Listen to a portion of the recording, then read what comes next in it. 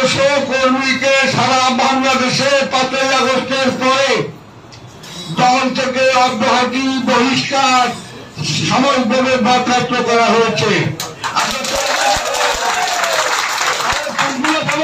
চলে যান না,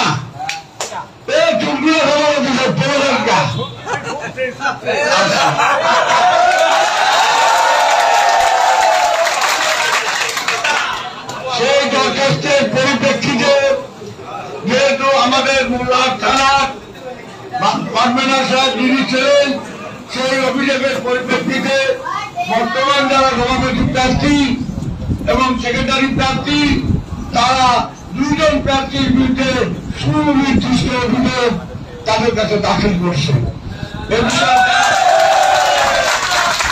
সুনির্দিষ্ট অভিযোগ দাখিল করার পরিপ্রেক্ষিতে তাদেরকে একদিনের সময় দিচ্ছে যে 1 দিন বা 2 দিনের মধ্যে আমরা এটা ফয়সালা করবো। আচ্ছা, যদি ফয়সালা না করে তাহলে আমরা আপিলের সুন্দর কাছে যারা আবেদনকারী প্রার্থী তারা আপিল করতে পারবে।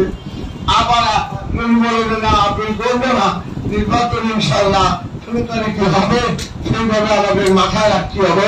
যেহেতু কোটালের মতো এরকম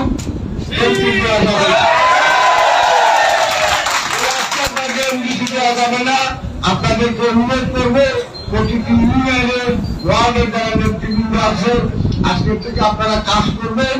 প্রত্যেকটি ওয়ার্ডে যারা ভোটার আছে, যারা ভোটার হতে পারেন নাই, তারা সম্মিলিত ভাবে আমরা দলকে সন্ত্রাস মুক্ত, সুশৃঙ্খল, জাতীয়তাবাদী শক্তি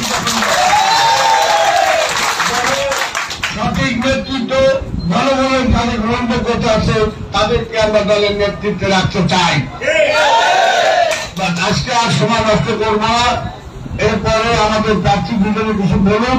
আজকের মতো আমার বক্তব্য এখানে শেষ। আপনারা সকলে আমার জন্য দোয়া করবেন, আমরা আপনি কাছে ওনার নিয়ে আমরা মুক্তি করে দোয়া করবো।